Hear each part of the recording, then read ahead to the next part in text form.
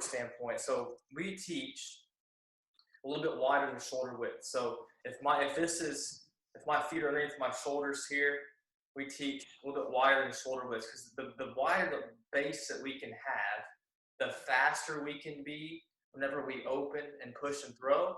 It's shorter, it's faster, but also my center of mass can stay over the midpoint of my body. So if I start narrow and I stride forward, my center of mass comes forward, and then all of my upper body mechanics will trail behind me, okay? So if I can start wide and step short, I can keep that center of mass over me and be able to use my body through rotation instead of forward propelling my body for that. Because a lot of guys do that. They'll start very narrow and they'll overstride and they'll try to really get all the force moving forward, which is a strategy to produce power, but it's not the right strategy. Okay. Okay. So feet a little bit wider than shoulder width. All right. So if I'm here, if I'm a little bit wider than shoulder width and I have my midpoint here, right in the middle, I want to shift my weight back just a hair. Okay. So as I do, I want to be able to maintain contact with my big toe and the inside part of my heel.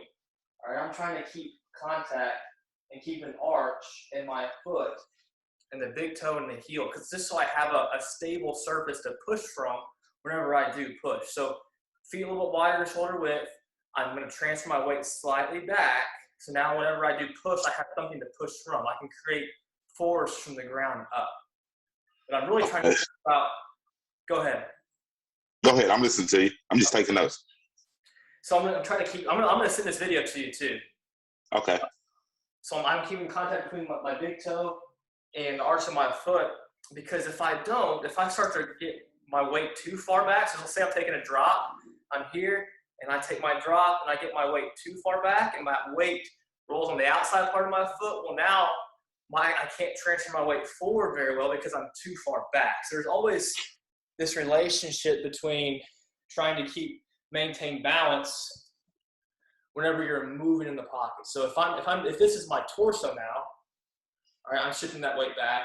You can see how my weight's on that back foot, but I'm balanced. It's not like I'm outside my center of mass, because if I push from here, one thing, I'm not very powerful whenever I push from here, but also two, whenever I come through, you probably see a lot of guys that do this, they'll come through and everything will lag behind in their throwing motion. Yeah.